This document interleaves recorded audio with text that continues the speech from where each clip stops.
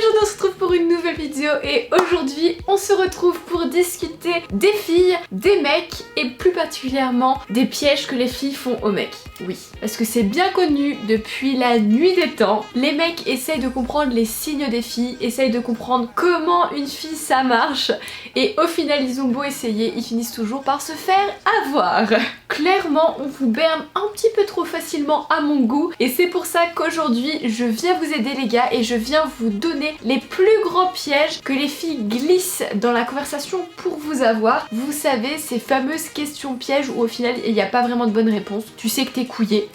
Mais avant que je vous en parle, la MIFA, j'aimerais vous inviter à me rejoindre sur Instagram car c'est vraiment le réseau social où je suis la plus active. C'est là-bas où je balance mon pseudo Epic Games pour jouer avec vous à Fortnite tous les soirs. C'est ce que je fais depuis le début du confinement, donc depuis 2 semaines. Je joue avec les abonnés tous les soirs et c'est sur Instagram que ça se passe. Et c'est aussi là-bas où je réponds à vos problèmes de cœur. Donc si toi aussi t'as un problème avec ton crush, avec ton copain, ta copine, ton couple qui part en cacahuète ou justement t'es célibataire et t'en as marre, et ben n'hésite pas à t'abonner sur mon compte Insta et à venir m'envoyer un message en privé. Je passe et j'essaye de répondre à tout le monde. Bref, maintenant que ça c'est dit, passons à la vidéo. Voici les plus grands pièges que les filles font aux mecs.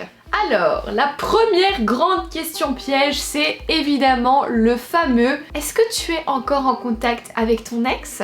Là gros, tu peux rien faire, t'es coincé. Aucune réponse est une bonne réponse. Si tu dis oui, la fille va s'énerver et te taper un scandale parce que ça veut dire que tu t'intéresses encore à la vie de ton ex, que tu ne devrais plus lui accorder de l'importance parce que c'est du passé et donc que ça veut dire que tu as peut-être des sentiments envers elle. Donc là clairement c'est la 3e guerre mondiale. Et si tu dis non, que tu dis que vous êtes bloqué sur les réseaux, que t'as plus aucune nouvelle, la fille va commencer à se faire un scénario, à se faire un film. Elle va te dire qu'elle va trouver ça louche de se bloquer sur les réseaux, que ça veut dire que tu as de la haine envers ton ex et si tu as de la haine envers ton ex, bah t'as peut-être de l'amour parce que l'amour et la haine c'est relié. Bref, nous les filles, on peut s'imaginer le pire scénario du monde, on peut se faire des films toutes seules, c'est vrai. Là la meilleure chose que t'as à faire mon pote, c'est de dire que tu ne sais pas trop ce qu'elle devient, que tu ne la suis pas sur les réseaux mais que tu ne l'as pas bloquée non plus, que si tu la croisais dans la rue tu lui dirais bonjour, mais sans plus. Voilà, un juste milieu, un équilibre, comme ça vous sortez du piège indemne.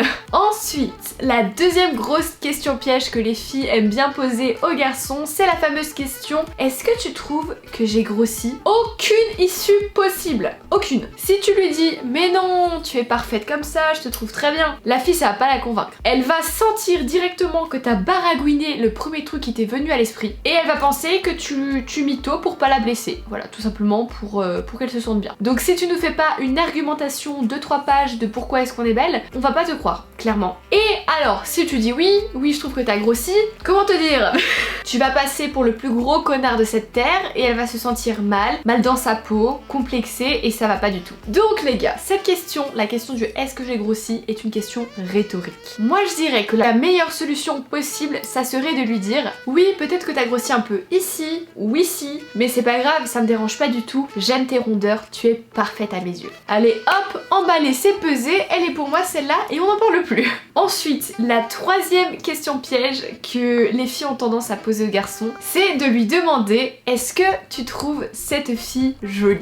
Voilà, quand tu te balades dans la rue, si ta meuf te dit est-ce que tu trouves cette fille jolie, là encore t'es coincé mon ami. Parce qu'évidemment, si ta meuf ou si la fille avec qui tu traînes te pose la question, c'est que la fille en face est plutôt bonasse.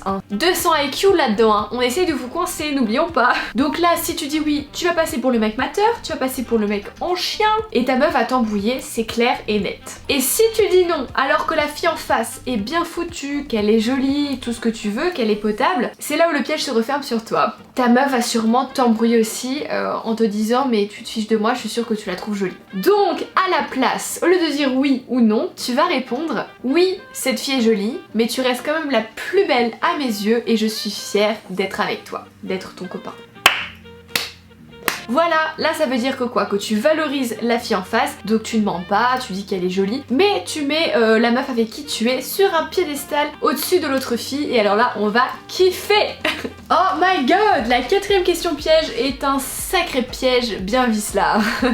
C'est la fameuse question avec combien de filles tu as couché. Alors cette question, que ce soit un gars ou une fille qui la pose, ça pue le caca et surtout on la pose cette question mais on n'a pas vraiment envie d'entendre la réponse.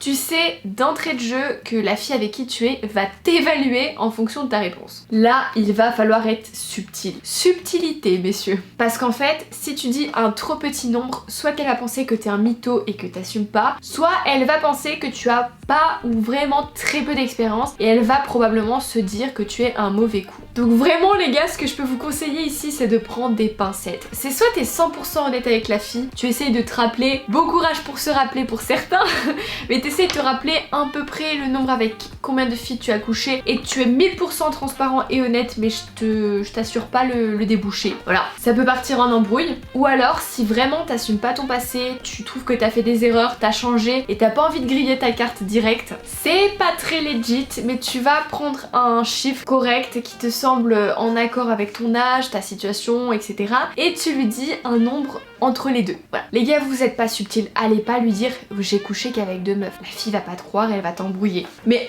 attention, si tu inventes quelque chose, fais bien attention de t'en rappeler. Parce que nous, on est on n'est pas bêtes. On peut parfois vous poser 2 fois la même question pour essayer d'avoir 2 fois la même réponse. Et si on n'obtient pas 2 fois la même réponse, on vous embrouille aussi.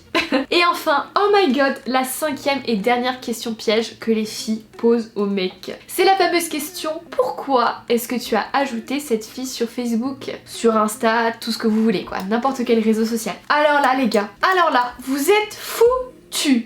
Vous êtes en train de perdre pied là. Déjà, un conseil messieurs, n'ajoutez jamais des filles au hasard comme ça parce que vous les trouvez bonnes ou vous les trouvez jolies sur des réseaux sociaux. On le grille direct en fait, c'est cramé à 100 km/h. On vous attend au tournant pour ce genre de truc. On est pire que le FBI, ne l'oubliez pas. On a fait ça toute notre vie, on a hacké tous les développeurs de tous les réseaux sociaux. On peut vous retracer au moindre fait et geste. Donc là, clairement, ça sert à rien de dire « Oh, c'est une pote à moi » ou bien pire, ce que j'ai vu souvent c'est « Oh, c'est la copine d'un ami ».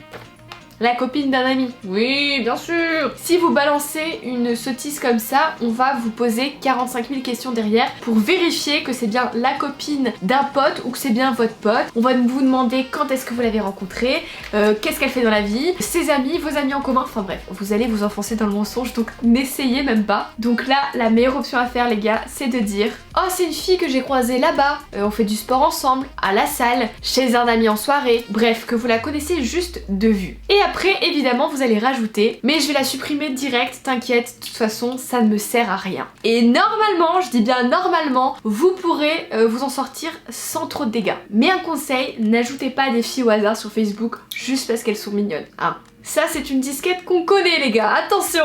Bref, du coup voilà les filles, la vidéo est terminée, j'espère qu'elle vous aura plu, j'espère que vous avez passé un bon moment et que vous savez maintenant comment déjouer les pièges des filles. Il faut dire que nous sommes assez vicieuses de temps en temps, ouais, mais bon, hein, on se défend comme on peut. N'hésitez pas à lâcher un pouce bleu si vous avez kiffé cette vidéo et venez me dire en commentaire les filles, quels sont les plus gros pièges que vous avez tendus aux mecs, que ce soit une question piège ou encore pire, des messages, bref, balancez ça dans les commentaires, on va se marrer. Et n'hésitez pas à me rejoindre sur Instagram, l'Amifa, c'est super important. Si vous avez un quelconque problème, c'est vraiment là-bas où je réponds au plus grand nombre de personnes possible. On est quand même moins que sur YouTube, donc c'est plus accessible. Je fais aussi des lives très souvent là-bas, donc si vous voulez partager ma vie quotidienne, c'est là-bas que ça se passe. Et puis quand tout ça c'est fait, nous on se dit à vendredi pour une prochaine vidéo. En attendant, portez-vous bien l'Amifa. Je vous fais des gros bisous.